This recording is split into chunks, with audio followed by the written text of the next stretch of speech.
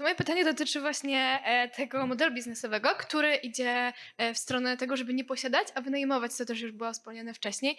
Ale moje pytanie też w takim kontekście chciałabym mi zadać, e, że posiadając coś, bardziej o coś dbamy i oczywiście widzę tego plusy, że wtedy producent musi stworzyć rzecz, która będzie bardziej wytrzymała, więc to jest duży plus.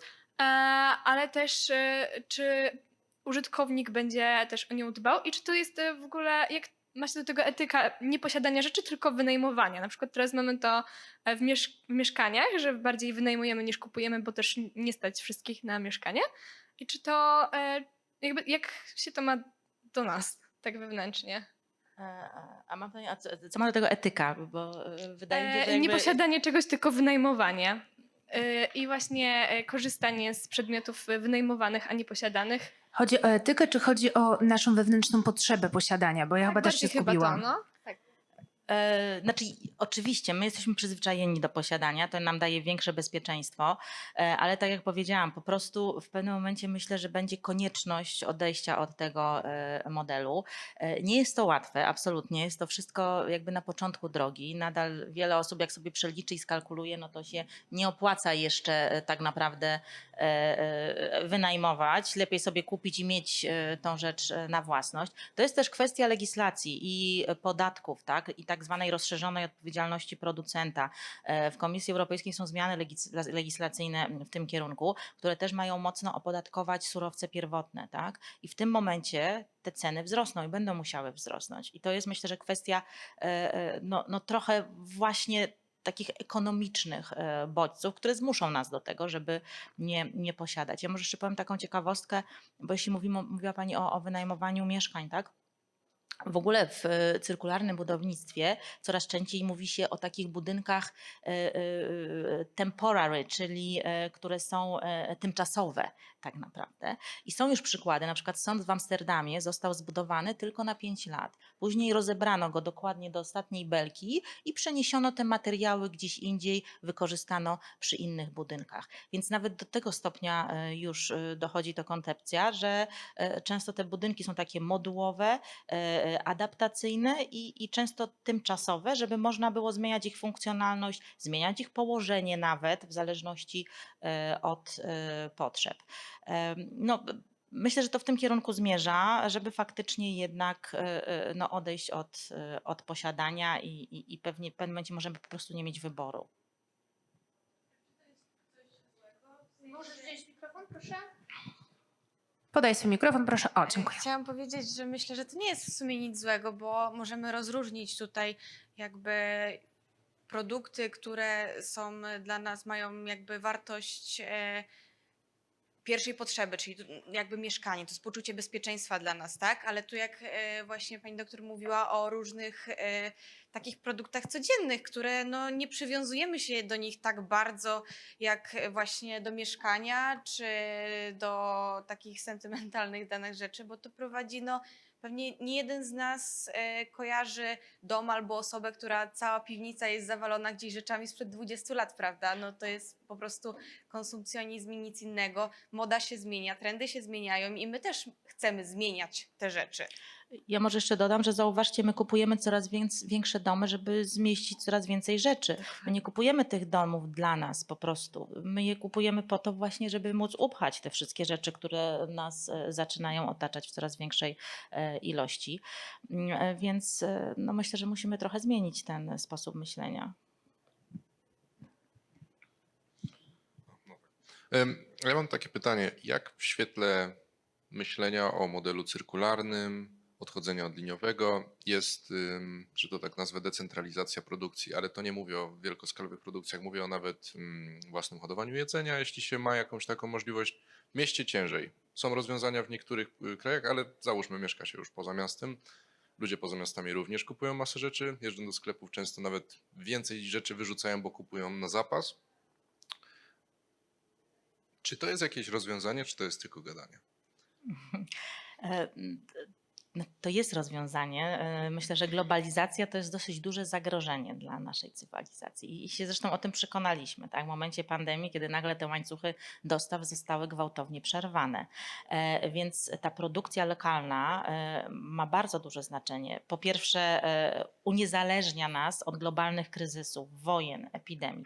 Po drugie, też pozwala na rozwój regionalny, tak? Daje miejsca pracy lokalnie, więc no, to jest jakby taki paradygmat, jeśli chodzi o gospodarkę cyrkularną, właśnie ta produkcja lokalna i skracanie łańcuchów wartości, tak? Tych zakupowych wartości bardzo jest Jeszcze ważne. chciałem tylko doprecyzować, bo tak, tutaj się oczywiście zgodzę, tylko zapomniałem zapytać, czy to jest rozwiązanie równie ekologiczne? Bo na dużą skalę jesteśmy w stanie zjednoczyć cały ten proces produkcyjny i teoretycznie zminimalizować te utraty. Znaczy te mi się wydaje, że jest straty. bardziej ekologiczny, no bo tak, emisje transportu odpadają ci, tak, które są ogromne i bardzo duże. Po drugie, no, rozumiem, że znaczy przy takiej dużej, scentralizowanej tak. produkcji potrzebujemy też bardzo dużo produktów, tak, które trudno będzie pozyskać lokalnie. Jeżeli dywersyfikujemy produkcję, no mniej nam potrzeba tych surowców, możemy je pozyskać wokół siebie, gdzie myślę, że absolutnie no szczególnie emisje z transportu będą mniejsze. Także ja uważam, że to jest absolutnie bardziej ekologiczny sposób jednak niż taki globalny. Ja rozumiem, że jest efektywność produkcji być może lepsza, tak? No bo są większe, ale to ale zobaczcie, no, wielkie farmy wielkotowarowe zwierząt, jakim są zagrożeniem, tak, dla dokładnie. środowiska. Jak duże emisje powodują, niż jak ktoś hoduje, powiedzmy, nie wiem, 10-15 krów sobie jakoś tam lokalnie, tak, na wsiach. No to jest zupełnie inny ślad środowiskowy. Jednak przy takiej centralizacji myślę, że to w ogóle jest no, znacznie gorsze, jeśli chodzi o ślad węglowy. Bardzo dziękuję, o to właśnie chodziło mi. Mnie zaciekawiło, wiecie co, taka jedna rzecz trochę. A ponieważ żadne z was nie ma pytania, to ja zapytam was. Bo to pani doktor była po to, żeby zapytać o to, ale pewnie już wiecie, tylko ja nie wiem. No to Holandia mamy wytłumaczone przez panią doktor, że to pewnie dlatego, że sama nie miała specjalnych dostępu do zasobów, zawsze była pośrednikiem. A czemu w Polsce tak to dobrze idzie? A pani doktor, przepraszam, zanim pani pozwolę, bo ci nie zapytali, więc wiedzą. Taka jest reguła. Jak nie macie pytań, znaczy wiecie. No więc dlaczego w Polsce tak to dobrze idzie? Czyli nie wiecie. Bo może trochę udajemy Holandię w tym pośrednictwie? Więcej kupujemy niż produkujemy? Właśnie nie, bo ten deficyt handlowy jest mniejszy, czyli mamy wyrównany import z eksportem, tak? Kraje skandynawskie bardzo dużo pozyskują produktów z zewnątrz. One nie są jakby takie samowystarczalne. Po pierwsze konsumpcja jest bardzo duża, bo to są bogate kraje. Oni bardzo dużo kupują, a z drugiej strony to większość z tych rzeczy przyjeżdża z zagranicy. My jesteśmy w miarę samowystarczalni jako kraj, tak? Jak mówię, ten import z eksportem są mniej więcej na podobnym poziomie i to myślę, że jest główną przyczyną. Ja nie mówię o Norwegii też, która w ogóle ropą naftową stoi, to też ma no, dosyć duże znaczenie dla footprintu, dla tego śladu środowiskowego tego kraju. Ale właśnie to wyrównanie, to utrzymanie tej produkcji lokalnej powoduje, że ta cyrkularność jest większa.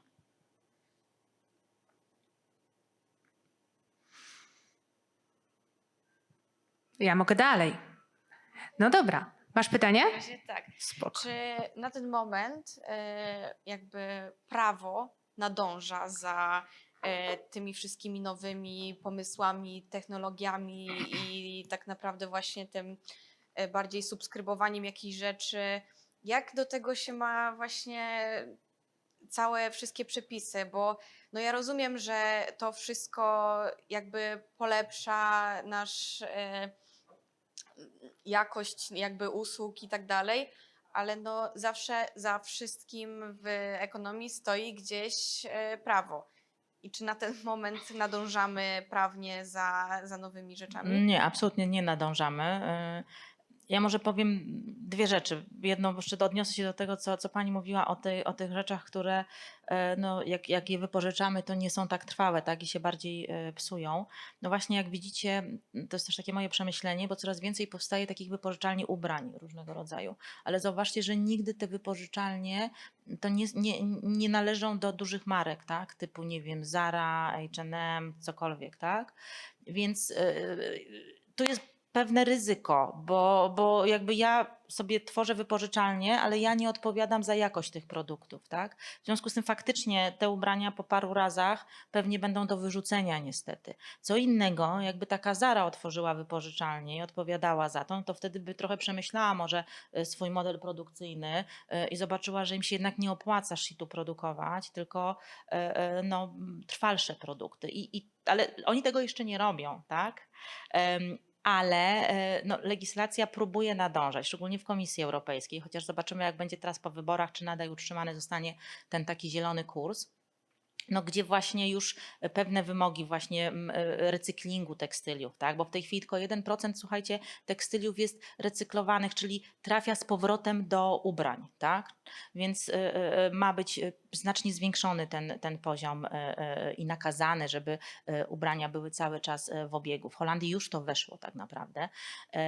No, mamy całą tą rozszerzoną odpowiedzialność producenta, czyli w tej chwili ma wejść takie prawo, gdzie producent ma odpowiadać za produkt, który wypuszcza na rynek do końca jego cyklu życia, tak? No bo w tej chwili on sprzeda, już go nie obchodzi, co się dalej z tym dzieje. W tej chwili, w zależności od tego, jak ten produkt będzie trwały, z jakich surowców będzie zrobiony, będzie musiał odpowiednie różne opłaty wnieść, czy podatkowe, czy różne operacyjne. To będzie bardzo różnie też określone w każdym z krajów. W Polsce trwa dyskusja, oczywiście od razu biznes teraz się obudził i kłócą się po prostu za żarcie, jak to ma wyglądać, a najlepiej, żeby nie wyglądało. Więc no to wszystko przed nami. Też prawo nie nadąża za tym, że do tej pory jak coś stanie się odpadem, no to już potem nic nie można z tym zrobić. Nie wiem, czy wy słyszycie na przykład PSZOKi, coś takiego jest, nie wiem, czy słyszeliście o czymś takim, nie? Jak będziecie mieli kiedyś coś, jakiś duży gabaryt do wyrzucenia, to w mieście są takie punkty, gdzie się można to zawieźć i oddać, tak? To się nazywa PSZOK. Punkt to się segregacji, nie wiem jak to się nazywa, selektywnej zbiórki odpadów. Tak, punkt selektywnej właśnie zbiórki odpadów. Ale słuchajcie, jak na przykład ja tam zawiozę kanapę, to już wy nie możecie tam przyjechać i sobie wziąć tej kanapy, żeby do domu wstawić, bo ona już się stała odpadem w tym momencie. I można ją tylko, nie wiem, na części rozebrać, zrecyklingować, cokolwiek, ale jakby ktoś chciał sobie tam przyjść i popatrzeć i coś zabrać do domu, to nie może tego zrobić. Prawo tego zabrania. Tak samo bardzo dużo na razie część z biomasą jest kłopot, tak? Bo w dużej części na przykład ta biomasa mogłaby być w sektorze budowlanym wykorzystywana. Nie wiem, przy produkcji różnych materiałów, też jeszcze prawo to ogranicza, tak? Jak potem ten odpad przekształcić znowu na surowiec, jak już dostanie ten znaczek statusu odpadu. Także nie, prawo nie nadąża, no ale no już pojawiają się inicjatywy w Komisji Europejskiej, na pewno jest duża determinacja, żeby to zmienić. No kwestia też ceł, tak? No żebyśmy jednak byli konkurencyjni, no bo co z tego, że sobie zmienimy prawo, jak za chwilę i tak z Chin będzie do nas przyjeżdżało dużo różnych tanich rzeczy. Te wszystkie przecież Sheiny, Temu czy jakieś inne platformy, no to dramat, a ludzie z tego korzystają, więc to jest kwestia też moim zdaniem ceł. Ja się nie wiem, dlaczego tak opornie idzie wprowadzanie ograniczeń w tym obszarze.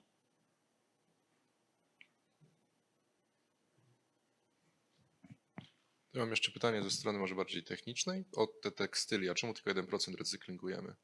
Czy to jest kwestia braku urządzeń, czy braku potrzeby, czy po prostu tak było? Tak Braku jest, wymogu, tak no nikt po prostu o to nie dba, dopiero od czyli nie ma w niedawna. ogóle praw na ten temat. Nie, w ogóle nie było żadnego prawa do tej pory. No zobaczcie, dopiero od niedawna pojawiły się jakieś tam powiedzmy ruchy pozorne tych dużych korporacji, że się przynosi i oddaje, tam jakieś zbiórki robią, że można oddać. A przecież są te zdjęcia, nie wiem, na pustyni Atacama, tak, w Chile na przykład, Boliwii, gdzie jakieś ogromne ilości odpadów, gdzie oni palili, prawda, no duże marki paliły, nie wiem, H&M nadgłośna sprawa była, gdzie palili ogromne ilości, żeby nie trafiły na rynek, nie obniżały. Zresztą marki luksusowe też niszczą swoje ubrania, żeby przypadkiem nie obniżyć wartości samej marki, tak? Więc w ogóle nikt tego nie kontrolował, a jak nie muszą tego robić, no to po co mają to robić? No. Zresztą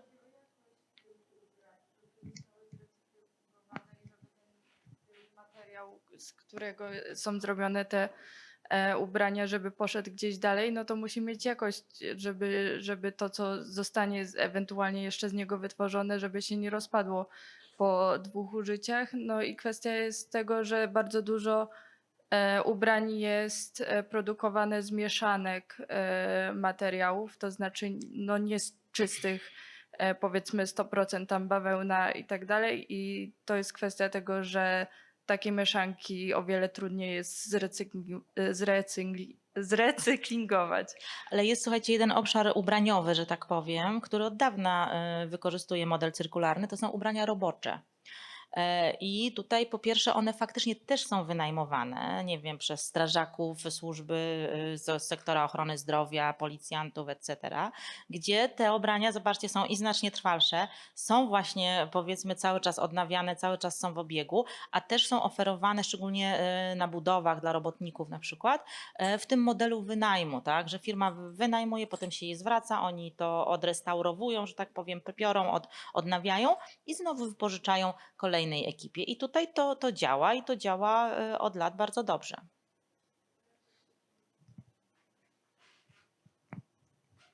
Tylko jednak to działa, bo to nie jest produkt dla ludzkości, produkt na telefon, produkt na reklamę. To jest produkt funkcjonalny. To jest produkt za naszymi drzwiami całego marketingu. Tak, no których właśnie, nas tam nie ma dopuszczają. specjalnie działu w marketingu. Najgorzej jak się działo w marketingu. Całe to wojsko musi- przecież wynajmuje, wydaje mi się, albo przynajmniej naprawia całe wojsko swoje stroje. No, tak jest i to. No, mają być właśnie niewidoczne. No nie, no ale wiecie, one też nie są jakieś, myślę, wiecie, no okropne. Normalne. Nie, w sensie, że jest kamuflaż. To tylko o tym mówię. No ale to działa. Czyli chyba też możemy tak podsumować, już powoli zaczynając przychodzić do naszego kolejnego gościa, że to też dużo zależy od naszego nastawienia, tym bardziej w branży tekstylnej, prawda?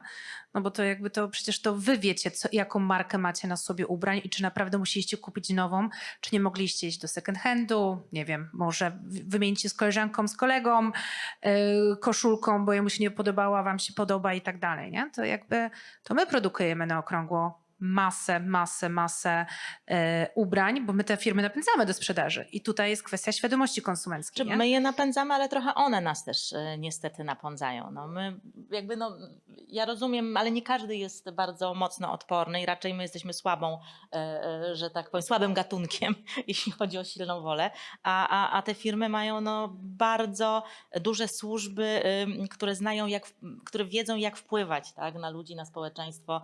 Zresztą sami wiecie, że telefony zostały produkowane specjalnie po to, żeby pobudzać nam te wszystkie dopaminy i inne endorfiny i stąd no, zaczęliśmy się wszyscy od tego uzależniać, tak? No bo one były tak zrobione. No i teraz też, no, jak widzimy, cały czas wyświetlają nam się, pokazują różnego rodzaju produkty, no to czasami robimy te impulsywne zakupy i myślę, że każdy to robi, bo to jest czasami silniejsze od nas, no niestety. Także tu jest duża też, myślę, jednak no, może wina, no nie wiem czy wina, no ale odpowiedzialność jednak biznesu.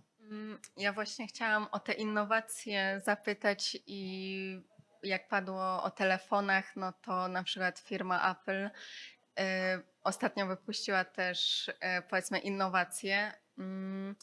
No i ja się zastanawiam, ile potrzeba, nie wiem, czy jakaś katastrofa globalna musi przyjść, żeby te duże firmy zrozumiały, żeby bardziej być zero waste, ogólnie projektować bardziej cyrkularnie.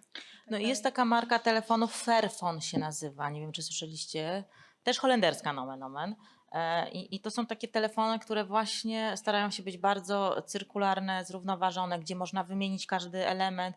One są produkowane w taki sposób zrównoważony, ale faktycznie to jest niszowa marka, bo oni nie mają tyle pieniędzy, co wielkie koncerny typu Apple, Samsung, żeby no faktycznie wybić się, żeby te działy badań i rozwoju mogły no bardziej intensywnie i lepiej pracować, więc ja może jeszcze jedną rzecz powiem, bo no cały czas, słuchajcie, mówimy o tym PKB, tak? Projekt Krajowy Brutto, czyli wskaźnik rozwoju gospodarczego. I też coraz częściej się mówi, że to jest nieobiektywny wskaźnik, tak? No bo on nie pokazuje całości obrazu. Jak zobaczycie na przykład papierosy czy alkohol, tak? No to jest super tak naprawdę sektor, jeśli chodzi o wzrost PKB, tak? No bo nam on daje do tego PKB ogromną, dużą ilość pieniędzy, ale on tam daje też do tego PKB ogromną ilość kosztów, które nie są wyliczane. Zobaczcie, jak ludzie chorują, tak? Jakie ogromne ilości pieniędzy muszą być przeznaczone potem na leczenie, nie wiem, ludzi chorujących na nowotwory płuc na przykład, tak? Czy leczenie z alkoholizmu, jakie tutaj duże też są koszty społeczne alkoholizmu, a tych kosztów PKB w żaden sposób nie ujmuje w bilansie, tak? Dlatego też no, mówi się coraz bardziej, że to jest nieobiektywny wskaźnik, który nie pokazuje tak naprawdę wszystkich kosztów, tak? To są tylko takie proste analizy, powiedzmy finansowe, jaki mam zysk z wyprodukowania, ale nie pokazuje tych kosztów ukrytych, społecznych, zdrowotnych, środowiskowych.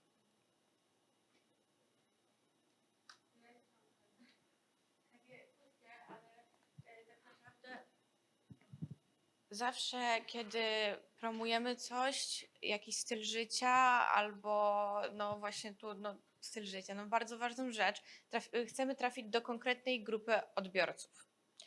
Tylko że w tym przypadku nasza grupa odbiorców to są wszyscy, jakby nie jest ona określana, więc do której jakby części społeczeństwa najlepiej trafić, żeby ten trend się dalej rozpowszechnił. No ja nie wiem, wy mi powiedzcie, bo ja z tym walczę już od 5 lat i staramy się promować i propagować te koncepcje z różnym skutkiem, od razu powiem szczerze.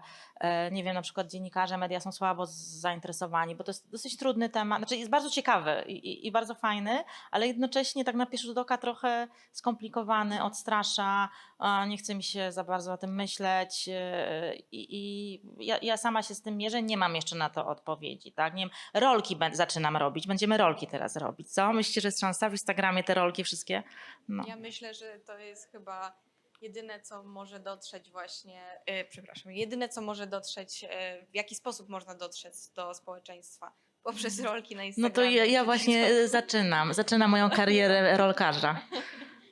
Nawet ile teraz się kursów pojawiło, sama widziałam, jak zacząć nagrywać filmiki na Instagramie, jak zacząć robić rolki. No dlaczego? No dlatego, że to jest jedyny sposób, żeby dotrzeć do naszego społeczeństwa. No to musi być prosty przekaz, tak? Ludzie już przestali czytać w ogóle. Tak.